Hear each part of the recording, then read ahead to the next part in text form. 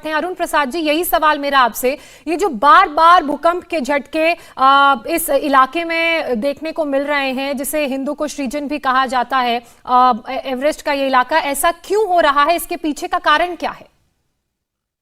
ये जो हमारा जो देश की जो भौगोलिक पोजीशन है, वो एक जैसे मैं नॉर्थ इंडिया के लिए अगर बात करूं तो वो एक तरफ हिमालय के फुट हॉल में है, मींस हिमालय की तरफ है, और दूसरी तरफ देखा जाए तो थार डेजर्ट, जो कि डेजर्ट सूखा है।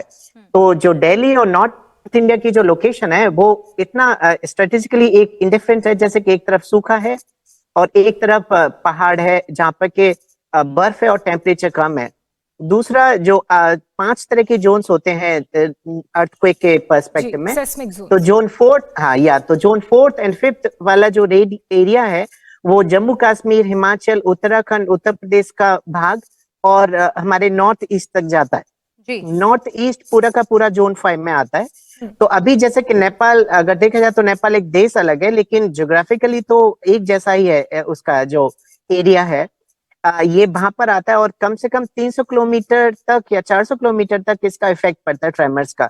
तो अभी जैसे रात का जो भूकंप है वो नेपाल में था केंद्रित, एपिसेंटर वहां पे था, लेकिन उसके ट्रेमर नॉर्थ इंडिया तक कवर हुए, मतलब यूपी, पटना, आप बता ही रहे हैं। बिल्कुल, और ये बॉर्डर के इलाके जो आपस में कनेक्टेड है, इसका असर साफ तौर पर वहां दिखाई दिया, क्योंकि पिथौरागढ़ की दूरी जो एपिक सेंटर था, एपी सेंटर से महज 90 किलोमीटर की थी। इसीलिए आप बने रहिएगा।